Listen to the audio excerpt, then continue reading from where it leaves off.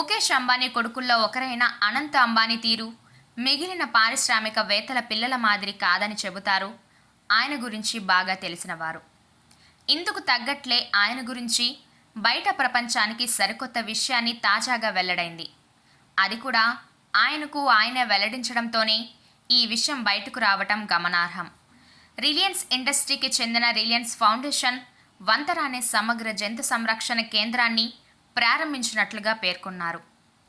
Covid ప్రభావం ఎక్కువగా ఉన్నప్పుడు దీని నిర్మాణాన్ని షురూ చేసినట్లుగా వెల్లడించారు.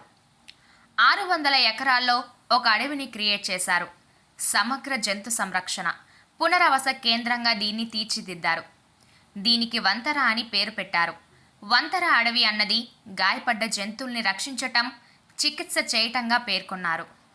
నిజానికి అనంత్ అంబానీకి చిన్నతనం నుంచి జంతువులంటే చాలా ఇష్టం. వాటిని కాపాడటం మరింత ఇష్టం.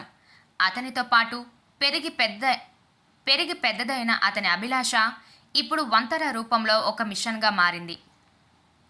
దేశంలో అంతరించిపోతున్న జంతు జాతుల్ని రక్షించటంపై తాము ఫోకస్ చేస్తున్నట్లుగా పేర్కొన్నారు. తమ ప్రయత్నానికి భారతదేశంతో పాటు అంతర్జాతీయంగా కూడా గుర్తింపు లభించినందుకు సంతోషంగా ఉందన్నారు.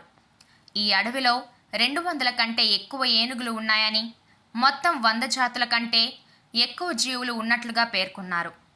అరుదైన అంతరించిపోతున్న జంతువుల్ని సంరక్షించే ప్రయత్నాలు తాము చేస్తున్నట్లుగా పేర్కొన్నారు. ప్రతి జంతువులోనూ దేవుణ్ణి చూస్తున్నట్లుగా పేర్కొన్నారు.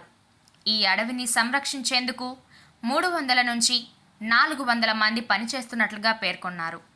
వారందరికీ ప్రత్యేక శిక్షణ ఇచ్చినట్లుగా చెప్పిన అనంత్ అడవిలో సౌరశక్తిని మాత్రమే ఉపయోగిస్తున్నట్లుగా పేర్కొన్నారు.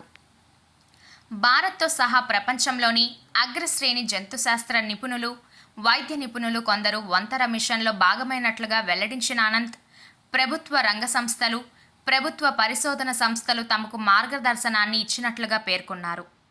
ఈ కృత్రిమ అడవిని గుజరాత్లోని జామ్నగర్లోని రిలయన్స్ రిఫైనర్ కాంప్లెక్స్ ప్రాంతంలో గ్రీన్ బెల్ట్లోని 600 ఎకరాల్లో నిర్మించారు.